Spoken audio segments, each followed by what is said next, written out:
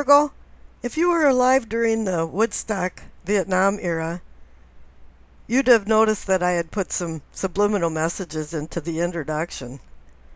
And with it being the 48th anniversary month for Woodstock, I thought it'd be appropriate to do a love reading. You know, all the old songs like Love the One You're With.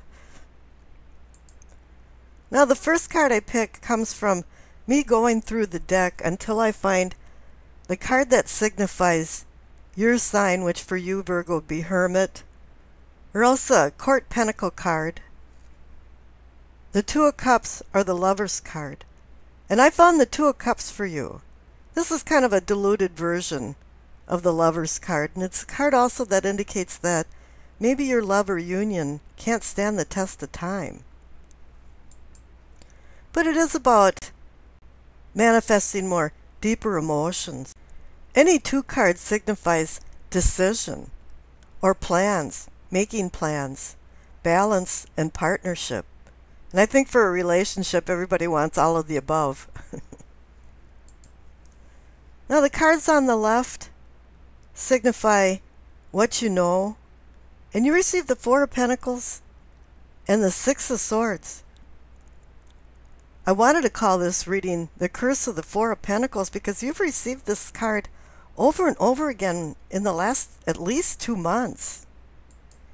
And because there's some confusing energy in this, I think that the answer to having this card so many times is that there's going to be a different answer for every Virgo.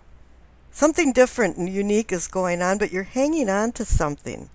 Or there's a disorder of balance that I think is connected to emotions. Or maybe you're thinking that your self-worth is strongly tied to your possessions.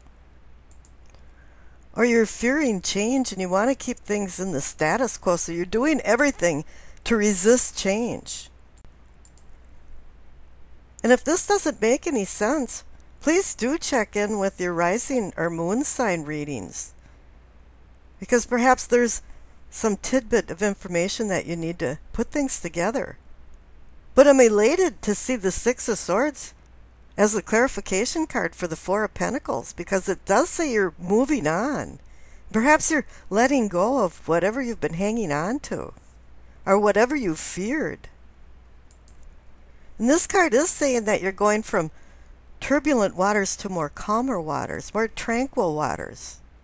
And this card actually assists you in a seamless transition from turmoil to tranquility.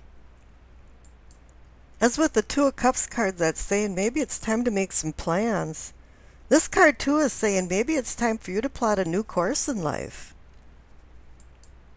And definitely move away from any confusion that's been a barrier to your decision making. A lot of times this entails you going into a more objective mode when you're looking at things than the subjective mode. Maybe it's time to get away from everything and do some thinking about it. I find when I'm in a subjective environment, I have a hard time making decisions. Now, the cards in the center that signify what is or can be yours, you receive the Six of Cups and the Nine of Swords. Now, the Six of Cups is the memory card. You know, going down memory lane. And it can even extend back into childhood. And many times it indicates that somebody from your past is going to walk into your life again. Or even a guardian. You know, our ascended masters are coming down to assist you. Somebody that you had known previously. And the clarification card is the Nine of Swords. This card's about worry and anguish. Something happened that's keeping you up at night, and you're doing the what if. What could I have done? What should I have done? But what ifs and what shoulds just never did happen. And it's time now to accept what happened. But what's really obvious right now is that the Six of Swords of moving away and the Six of Cups of your memory and past card are definitely connected. And for some reason, it puts you into the Nine of Swords mode. But with any number 9 card, it is indicating that you're moving towards completion. It's run its course and now it's coming to the end. And you're looking for hope and relief and release.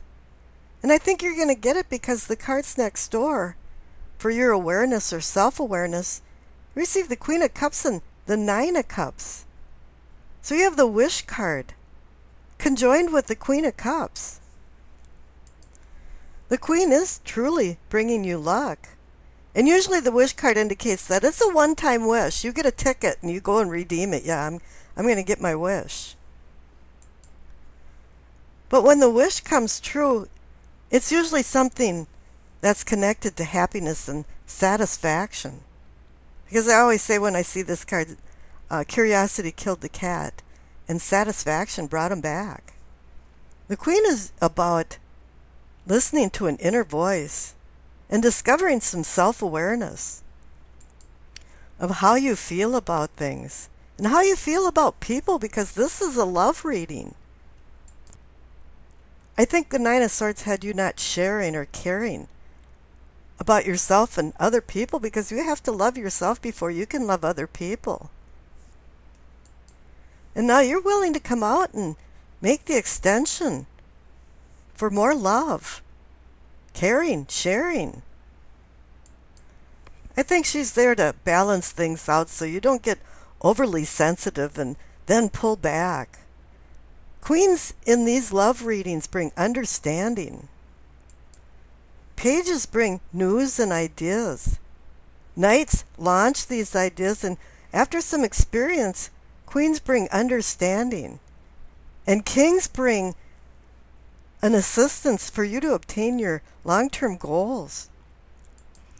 The Queen is here for you to get in touch with your spiritual and emotional self and find balance. Find balance with other people.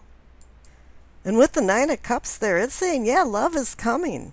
It's not saying that you're going to get rid of somebody you already have. It's saying it's going to be renewed.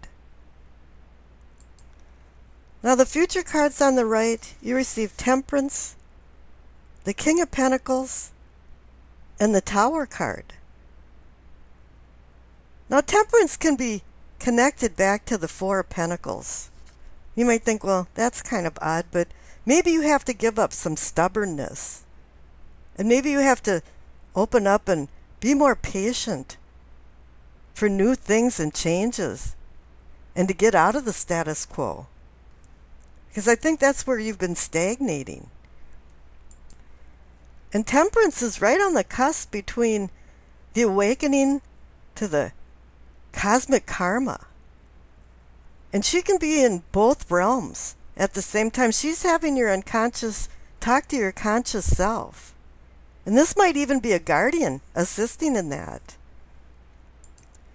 But she does warn about having patience and temperance. And the King of Pentacles is the apex of material things, but it's not only that and wealth, it's health and well-being. And this card signifies you because you are Pentacles, Earth. He's the mature man that takes control of his life, takes control of his material things and his health. And the last future card is the Tower. And everybody goes, oh no, I don't want to see the Tower. I don't want that. The Tower is a neutral card. It's what you do to make this card good or evil, and which way the Tower falls. It's saying here that there was some change in circumstance, and hopefully there was, because you've been stuck in the 4 of Pentacles mode. And you've got the 6 of Swords saying it's time to move on. And you've got the 9 of Swords saying it's time for some kind of completion. And you do have some luck involved with this. But you just have to be a little patient. And things just don't come to the couch. You have to do some actions to change things. Okay, and I have a Doreen Virtue card, Messages from the Angels. And you receive Shanti. And Shanti means peace. Doreen says, I am the angel of peace. I bring you new tranquility and a smoother road ahead. Well, that's just what the Six of Swords was saying. Now, before I sign off, I have this little piece that I put together called The Absurd. And I'd like you to watch it because I think the Vietnam Woodstock era was really absurd. There was a lot of absurd things going on. And where are the hippies today? They traded in their beads and jeans for a suit and sitting in a CEO office. And they became the problem of our quote-unquote system that they were protesting against. So, on with the absurd. And I wish you acceptance, peace, and happiness.